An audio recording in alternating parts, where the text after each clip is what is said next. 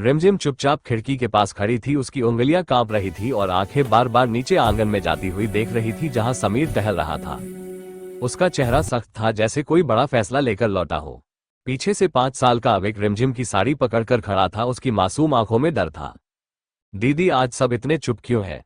रिमझिम कुछ नहीं बोल पाई, बस उसे गोद में उठा लिया। उसी वक्त दरवाजा जोर से खुला और बुआ माँ की आवाज पूरे कमरे में गूंज गई। अब बस बहुत हो गया रिमझिम, इस घर में तेरा ड्रामा अब नहीं चलेगा। दादा साहब की छड़ी की आवाज भी साथ ही सुनाई दी। बुआ माँ संभल कर बोलो। लेकिन बुआ माँ रुकने वाली नहीं थी। आज फैसला होगा और वही होगा जो इस रॉयल खानदान के लिए सही है। रिमझिम की नजर समीर पर गई जो अब कमरे के बाहर आ चुका था। उसकी आंखों में वो नरमी नहीं थी जो कभी रिमझिम के लिए हुआ करती थी। समीर धीरे धीरे आगे बढ़ा और अविक को देखा। अविक ने मुस्कुराने की कोशिश की लेकिन समीर की नजर झुक गई। रिमझिम का दिल बैठ गया। समीर, ये क्या हो रहा है? तुम ऐसे क्यों देख रहे हो?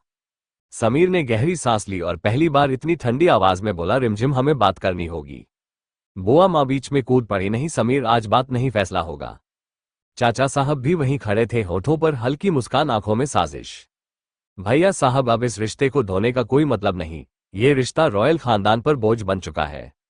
दादा साहब ने रिमझिम की ओर देखा। बेटी, तू कुछ कहना चाहती है? रिमझिम के होंठ हिले लेकिन आवाज नहीं निकली। अविक ने कसकर उसकी गर्दन पकड़ ली। मुझे डर लग रहा है दीदी। रिमझिम की आंखों से आंसू गिर पड़े। समीर ने अचानक जोर से कहा। बस। सब लोग सन्न रह गए। मैं फैसला कर चुका हूं। बुआ माँ के चेहरे पर जीत की चमक आ गई। दादा साहब चौंक गए। समीर सोच समझकर बोल। समीर ने रिमझिम की तरफ देखा और हर शब्द जैसे पत्थर बनकर गिरा। मैं रिमझिम को तलाक देना चाहता हूं। कमरे में सन्नाटा छा गया। रिमझिम को लगा जमीन खिसक गई। क्या कहा तुमने? समीर, तुम मजाक कर रहे हो ना? समीर की आंखें नम थी लेकिन आवाज सख्त। नहीं रिमझिम, ये मजाक नहीं है। ये इस बच्चे की वजह से है ना? रिमझिम ने अविक को सीने से लगा लिया। अगर अविक बोझ है तो मुझे भी स्वीकार नहीं। बुआ माँ ताली बजाने लगी। वाह, अच्छा हुआ खुद मान लिया। ये बच्चा इस खानदान के लिए अभिशाप है। अविक रोने लगा। मैं बुरा हूं क्या? रिमझिम की चीख निकल गई। चुप रहो बुआ माँ, अविक किसी का गुनाह नहीं है। समीर ने आंखें बंद कर ली। रिमझिम, अगर मैं ये फैसला नहीं लूंगा तो ये लोग तुम्हें और अविक को चैन से जीने नहीं देंगे।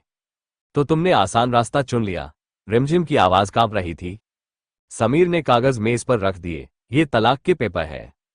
आज साइन हो जाएंगे। दादा साहब ने गुस्से में छड़ी पटकी। ये क्या तमाशा है? समीर, तू अपने रिश्ते का खून कर रहा है। चाचा साहब बोले। भैया साहब, ये रिश्ते से ज्यादा रॉयल खानदान की इज्जत का सवाल है। रिमझिम ने कागज देखे, हाथ कांप रहे थे। समीर, एक बार मेरी तरफ देखो। समीर ने नजर उठाई और पहली बार उसकी आंखों से आंसू बह निकले। माफ कर देना। अविक ने समीर की टांग पकड़ ली। समीर भैया, मत जाओ। ये शब्द समीर के दिल में चाकू की तरह लगे। उसने अविक को उठाया, माथा चूमा और धीरे से नीचे रखा। तू बहुत बहादुर है। रिमझिम ने कांपते हाथों से कागज उठाए। अगर मेरा जाना सबकी शांति है तो मैं साइन कर दूंगी। बुआ माँ मुस्कुरा रही थी। जैसे ही पेन कागज को छूने वाला था, बाहर से आवाज आए। रुको। सबने पलट कर देखा। दरवाजे पर दादा साहब के पुराने वकील खड़े थे। ये तलाक अभी नहीं हो सकता। बुआ माँ चिल्लाई। क्यों नहीं हो सकता? क्योंकि जिस बच्चे को बोझ कहा जा रहा है वो इस रॉयल खानदान का वारिस है। कमरे में भूचाल आ गया। समीर ने अविक की तरफ देखा। क्या? वकील ने कहा। अविक साहब, दादा साहब के बेटे का खून है। रिमझिम जमीन पर बैठ गई। ये सच है। दादा साहब की आंखें भर आई। समीर के हाथ से कागज गिर गए। बुआ माँ के चेहरे का रंग उड़ गया। नहीं, ये झूठ है। वकील ने फाइल खोली, सारे सबूत हैं। समीर ने रिमझिम की तरफ देखा। तुम जानती थी? रिमझिम रोते हुए बोली। मैं बस उसकी दीदी हूं। समीर ने अविक को उठा लिया और सीने से लगा लिया। मैं तलाक नहीं दूंगा। बुआ माँ चीख उठी। ये सब नाटक है। समीर ने पलटकर कहा। अब बहुत हो चुका। आज से अविक इस रॉयल खानदान का राजकुमार है। जलते झूमर की रोशनी कांप रही थी, जैसे आने वाले तूफान का इशारा दे रही हो। रिमझिम अपने कमरे में अविक को सुला रही थी। उसके बालों पर हाथ फेरते हुए धीरे धीरे लोरी गुनगुना रही थी, लेकिन उसका दिल बेचैन था। समीर खिड़की के पास खड़ा बाहर अंधेरे को देख रहा था। आज तलाक के कागज फटे थे लेकिन रिश्ते की दरारें और गहरी हो गई थी। अविक नींद में करवट बदलता है और धीरे से बुदबुदाता है। दीदी, आप मुझे छोड़ोगी ना? रिमझिम की आंखें भर आती हैं और वो उसे सीने से लगाकर बोलती है, कभी नहीं। उसी वक्त हवेली के दूसरे हिस्से में बुआ माँ अपने कमरे में आगे पीछे टहल रही थी। उनकी आंखों में नफरत जल रही थी। उस बच्चे ने सब कुछ छीन लिया। समीर भी हाथ से जा रहा है। चाचा साहब को फोन लगाते हुए उनकी आवाज सिसकती नहीं बल्कि सुलगती है। आज रात काम हो जाना चाहिए। चाचा साहब दूसरी तरफ से हंसते हैं, चिंता मत करो, सब इंतजाम हो गया है। बुआ माँ की आंखों में अजीब सुकून उतर आता है। उधर आधी रात को अविक की आंख खुलती है। उसे प्यास लगती है। वो चुपचाप बिस्तर से उतरता है और दरवाजा खोल देता है। गलियारा सूना है। अविक छोटे छोटे कदमों से रसोई की ओर बढ़ता है। उसे नहीं पता कि अंधेरे में दो साए उसका पीछा कर रहे हैं। रसोई के पास पहुंचते ही एक हाथ उसका मुंह दबा देता है। अविक की आंखें डर से फैल जाती है। वो छटपटाता है लेकिन आवाज बाहर नहीं जाती। दूसरा आदमी उसे उठाकर पीछे के बगीचे की ओर ले जाने लगता है। उसी पल रिमझिम की नींद टूटती है। बिस्तर खाली। अविक, उसकी सांस अटक जाती है। वो चीखते हुए कमरे से बाहर भागती है। समीर भी दौड़ता हुआ आता है। क्या हुआ? अविक नहीं है। दोनों पूरे हवेली में दौड़ते हैं। बुआ माँ अपने कमरे से बाहर आती है और बनावटी घबराहट दिखाती है। अरे ये क्या हो गया? इतनी रात को बच्चा कहाँ गया? रिमझिम की नजर उन पर ठहर जाती है। आपको कैसे पता चला कि अविक गायब है? बुआ माँ पल भर को चौंकती है, फिर संभल जाती है। अरे माहू ना, मैं भी। समीर का दिल जोर से धड़कता है। गार्ड्स, पूरा हवेली छान डालो। उधर बगीचे में अविक को जमीन पर पटक दिया जाता है। एक आदमी जेब से चाकू निकालता है। काम जल्दी करो। अविक रोते हुए बोलता है, मुझे मत मारो, मैं कुछ नहीं करूंगा। उसकी मासूम आवाज सुनकर दूसरा आदमी पल भर को रुकता है, लेकिन पहला चिल्लाता है, पैसे पूरे मिलेंगे। जैसे ही चाकू ऊपर उठता है तभी दूर से रिमझिम की चीख गूंजती है।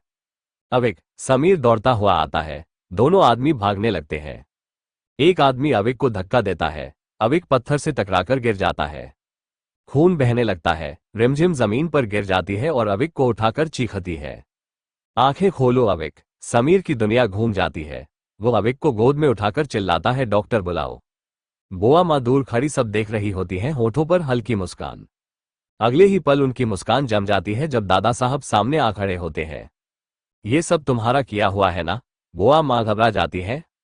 मैं नहीं। दादा साहब की आवाज गूंजती है। मैं सब समझ गया हूं। हॉस्पिटल में अविक ऑपरेशन थिएटर में है। रिमझिम हाथ जोड़कर भगवान से प्रार्थना कर रही है। समीर दीवार से सिर टिकाए खड़ा है, उसकी आंखों से आंसू बह रहे हैं। अगर इसे कुछ हो गया तो मैं खुद को माफ नहीं कर पाऊंगा। दरवाजा खुलता है। डॉक्टर बाहर आते हैं। सबकी सांस अटकी है। डॉक्टर बोलते हैं, बच्चा बच गया है लेकिन खतरा अभी टला नहीं है। रिमझिम जमीन पर बैठ जाती है। समीर उसे थाम लेता है। उसी वक्त पुलिस बुआ माँ को हथकड़ी लगाकर लाती है। बुआ माँ चीखती है, ये सब झूठ है। समीर उनकी ओर देखता है और ठंडी आवाज में बोलता है, आज तुमने एक बच्चे पर हाथ उठाया है। अब रॉयल खानदान तुम्हें कभी माफ नहीं करेगा। कैमरा अविक के मासूम चेहरे पर जाता है, जो बेहोशी में भी रिमझिम का नाम बोदा बोदा रहा है। क्या अविक पूरी तरह ठीक हो पाएगा? क्या बुआ माँ को मिलेगी सजा?